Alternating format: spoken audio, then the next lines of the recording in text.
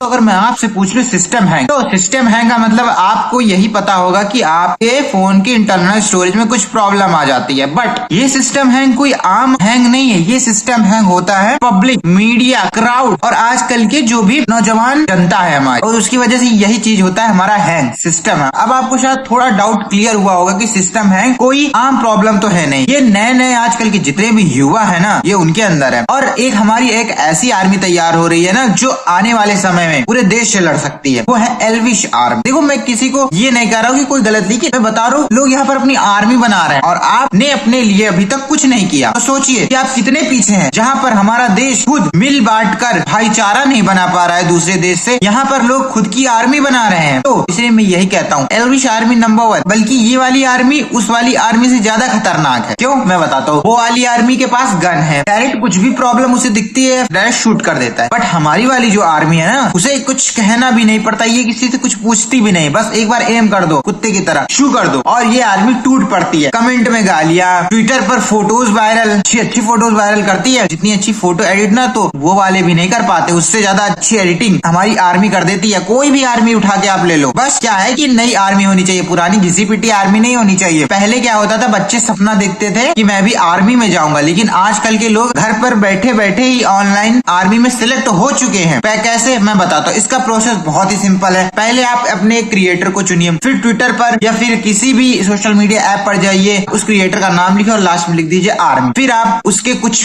हरकतें देखिए कि उनकी आर्मी कैसे क्या करती है, आप भी वैसी हरकतें कीजिए। आप भी अपने बायो में उनका नाम लगाकर आर्मी लिख दीजिए। आप एक मेंबर धीरे धीरे बनने की प्रोसेस में है, ठीक है। और जब भी कोई कंट्रोवर्सी हो फेवरेट क्रिएटर की जिसके आप आर्मी बन चुके हैं, जब भी कोई लफड़ा हो, कंट्रोवर्सी हो, तो आप सबसे पहले जाकर हर सोशल मीडिया ऐप पर, हर सोशल मीडिया, माँ बहन भाई भाभी सभी की गालियां दे डालिए खुले आम, नो शक नो डाउट। जो होगा देखा जाएगा। और उसके बाद क्रिएटर की तरफ से कोई कॉल तो आएगा नहीं ना, आपको कुछ रिवॉर्ड मिलेगा, लेकिन हाँ, एक चीज का रिवॉर्ड आपको हमेशा मिलेगा कि आप उस आर्मी के हिस्सा हैं और ये आर्मी नंबर 1 है। इसीलिए अगर आपको भी आर्मी में जाना है, देखिए माँ बाप का पहले सपना होता था कि हमारा बच्चा आर्मी में जाए, लेकिन आजकल का बच्चों का सपना बन गया है कि हम आर्मी में जाना चाहते हैं। देखिए आर्मी का क्या है कि पहले फिजिकल देना पड़ता था, बट आजकल मेंटली हो जाता है सब। पहले क्या होता था कि आप कितना दूर भाग सकते हैं, आप कितनी ऊंची छलांग लगा सकते हैं, आप कितने नीचे पानी में उतर सकते हैं। लेकिन आजकल की जो हमारी क्रिएटर वाली आर्मी बन रही है, इसमें ना आपको कुछ नहीं करना, इसमें ना आपको सब मेंटली वाला खेल है। आप कितनी नीच सोच सकते हो, आप कितनी ऊंची ऊंची बातें कर सकते हो उस क्रिएटर के बारे में, और आप कितनी लंबी लंबी फेंक सकते हो उस क्रिएटर के बारे में, क्योंकि आप उसी क्रिएटर की आर्मी हो, ठीक है। ये बात हमेशा ध्यान रखना। जैसे हमारे देश की आर्मी है, फिर किसी देश की आर्मी को ये सिखाया जाता है कि देशद्रोह मतलब ऊपर, उसी तरह हमारे यहाँ ये सिखाया जाएगा कि अगर हमारी क्रिएटर पर कोई भी आरोप लगाता है तो चाहे सोशल मीडिया उसे कुछ करना पड़े, या फिर गले में बांध कर लटकना पड़े छत से,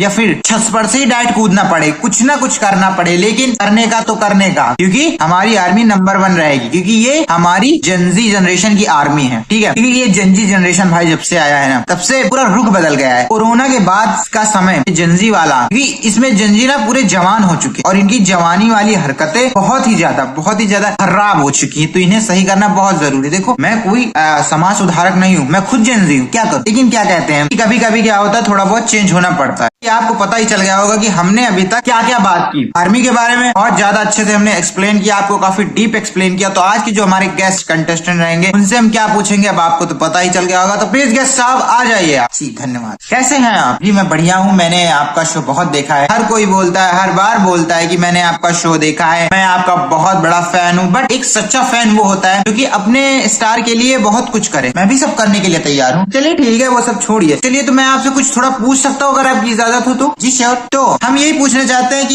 जब आप जवान थे तो आपने क्या सपना देखा था? मैंने देश की सेवा करने का और आर्मी में जाने का सोचा था, बट हालात और किस्मत कुछ और ही लिखा था उसमें, है ना। हालात और किस्मत में कुछ नहीं लिखा था, तकदीर तो हम नीचे ही लिखते हैं आकर। वैसे में आप पढ़ने लिखने में कैसे? मैं काफी शार्प था। तो आज आप यहाँ क्या कर रहे हैं? नहीं, जो इंटेलिजेंट और शार्प होते हैं वो इसी खेल में आते हैं ना। ये बिल्कुल बात सही कही आपने, I am agree with you. तो आज मैं आपसे एक ऐसा घुमावदार प्रश्न पूछूंगा जो आप थोड़ा सुनकर हैरान, कंफ्यूज, परेशान भी हो सकते हैं और आपको मुंह पर पानी छिड़कने की भी थोड़ी बहुत हालात पैदा हो सकते हैं। तो आप क्या रेडी हैं? जी, आई एम रेडी। ओके, तो प्रश्न हमारा सिंपल सा है, ज्यादा कुछ घुमावदार नहीं, लॉजिकल नहीं है। आपने आर्मी के बारे में तो सुना ही होगा। जी हाँ, कौन सी आर्मी के बारे में सुना आप? Indian army?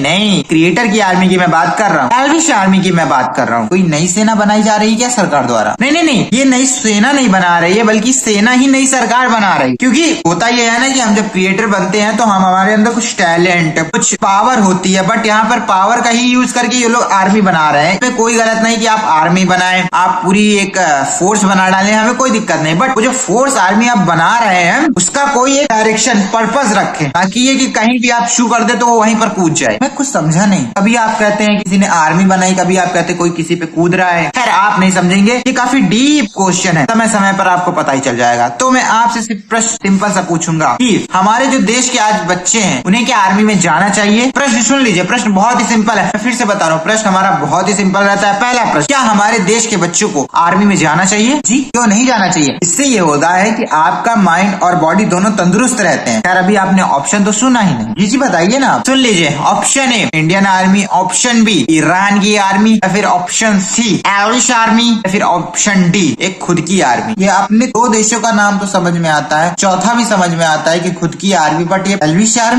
आर्मी। देखिए, अभी तक इन्होंने एक बहुत बड़ा मुकाम हासिल किया है आर्मी बनाने का। मतलब इनके फैंस थोड़े ज्यादा हैं और लोगों के सब्सक्राइबर होते हैं, फैंस होते हैं, बट इनके जो भी जान पहचाने फॉलोअर्स है ना, वो थोड़े ज्यादा ऊपर लेवल के हैं, इसीलिए हम इन्हें आर्मी कहते हैं। तो बताइए, क्या आपके बच्चे या फिर हमारे बच्चे, जितने भी बच्चे हैं, उन्हें कौन सी आर्मी में जाना चाहिए? ए, बी, सी या डी? बताइए कौन सी आर्मी पर मैं टिक लगा दूं? मुझे लगता है कि ईरान की आर्मी तो काफी दूर है। इंडियन आर्मी में वो जाना चाहते हैं या नहीं जाना चाहते, हमें पहले उनसे पूछना पड़ेगा। और जहाँ तक बात रही डी, खुद की आर्मी बनाने में ना बहुत समय लग जाता है। और बच्चा ऑप्शन सी एल्विश की आर्मी, अगर पास में है तो चले जाओ। यानी कि आप डिस्टेंस देखकर अपने आर्मी में भेजने का फैसला कर रहे हैं। क्या भाई साहब कि हमारे देश में रोजगार, नौकरियां बहुत मुश्किल से मिलती हैं, और अगर ऐसी आर्मी की जॉब मिल रही है तो हमें कोई हर्ज नहीं है। इसमें क्या है कि आपको फिजिकल भी नहीं देना पड़ता है ना, सिर्फ मेंटली देना पड़ता है कि आप मेंटली कितने मजबूत हो, कितनी गालियां बक सकते हो, कितना मतलब दूसरे को टॉलरेट कर दो। बात में दम है आपकी, क्योंकि आजकल का जो हमारा बच्चा है वो काफी शार्प है, इंटेलिजेंट है। फिजिकल में थोड़ा कमजोर रह जाता है क्योंकि उसके पास बहुत ढेर सारे काम रहते हैं, बट मेंटली वो बहुत स्ट्रांग रहता है। तो बताइए मैं कौन सा लगा दूं? कि मैं इसके साथ जाना चाहूंगा option C. Okay, option C यानी एल्विश आर्मी में जाना चाहिए। चलिए तो कंप्यूटर जी लगा दीजिए इनके ऑप्शन सी पर। और आपको पता है इसका प्राइस कितना है? नहीं, मुझे नहीं पता। 52,000 रुपए सिर्फ एक प्रश्न का। एक प्रश्न का 52,000। कोई लॉटरी वॉटरी लगी है क्या आपकी? नहीं, ये अलग अलग क्रिएटर की आर्मी की देन है। क्योंकि क्या करते हैं कि जब हम अपने सरकार की आर्मी की बात करते हैं तो वो तो हमें डोनेशन, पैसा कुछ प्रमोट करने के लिए देते नहीं, बट वहीं पे एल्विश आर्मी या फिर किसी भी ऐसी आर्मी, क्रिएटर की आर्मी को हम उठाकर नाम ले लेते हैं। तो क्या करते हैं, थोड़ा प्रमोशन के लिए हमें पैसे देते हैं, इसीलिए मैंने रकम थोड़ी ज्यादा रखी है। तो आ गया आंसर, आ गया। बताइए क्या?